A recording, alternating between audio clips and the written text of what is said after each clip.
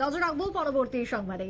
উমাকান্ত ময়দান, যেখানে আজকে বিরসা মুন্ডা ফুটবল টুর্নামেন্টের আয়োজন করা হলো এবং রাজ্য ভিত্তিক একটি এসটি ফুটবল টুর্নামেন্টের আয়োজন করা হয় আগরতলা উমাকান্ত মেন স্টেডিয়ামে। আজকের এই ফুটবল টুর্নামেন্টকে ঘিরে উপস্থিত ছিলেন রাজ্যের মন্ত্রী সুশান্ত চৌধুরী, উপস্থিত ছিলেন মেয়র সহ অন্যান্য বিশিষ্টরা। তবে উমাকান্ত একাডেমি যে স্টেডিয়াম, সেখানে আজকের এই ফুটবল টুর্নামেন্টকে কেন্দ্র করে অন্যদিকে জনজাতি মন্ত্রী বিকাশ দেববর্মাও ছিলেন উপস্থিত। বিরসা মুন্ডা ফুটবল টুর্নামেন্টকে ঘিরে কি বক্তব্য উঠে এসেছে রাজ্যের মন্ত্রী সুশান্ত চৌধুরীর, শুনুন।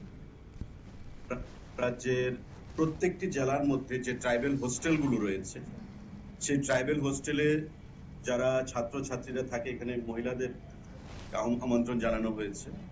16টা টিম আজকে থেকে খেলা শুরু হচ্ছে, আগামী 7 তারিখ পর্যন্ত 8 তারিখ পর্যন্ত চলবে এবং তার উদ্দেশ্য হচ্ছে সে নো টু ড্রাগস। ড্রাগসের বিরুদ্ধে আমাদের সরকারের যে যুদ্ধ লড়াই, তাতে ট্রাইবেল ওয়েলফেয়ার দপ্তর তারা বরাবরই বিভিন্ন কর্মসূচি পালন করে থাকে।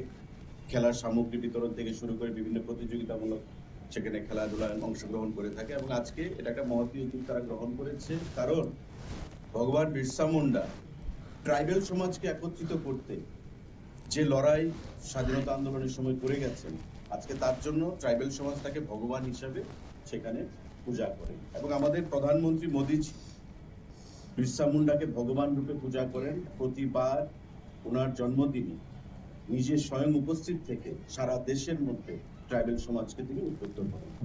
আমাদের ত্রিপুরা রাজ্য আমরা বিগত দিনে দেখেছি বিভিন্ন কর্মসূচি সেখানে পালন করা হয়েছে এবং এই ট্রাইবেল ওয়েলফেয়ার ডিপার্টমেন্ট, এখানে মাননীয় মন্ত্রী স্বয়ং আছেন, আমাদের মেয়র সাহেব আছেন, বিধায়িকা আছেন মিনারানী সরকার, সেক্রেটারি ট্রাইবেল ওয়েলফেয়ার আছেন, ডাইরেক্টর ট্রাইবেল ওয়েলফেয়ার আছেন।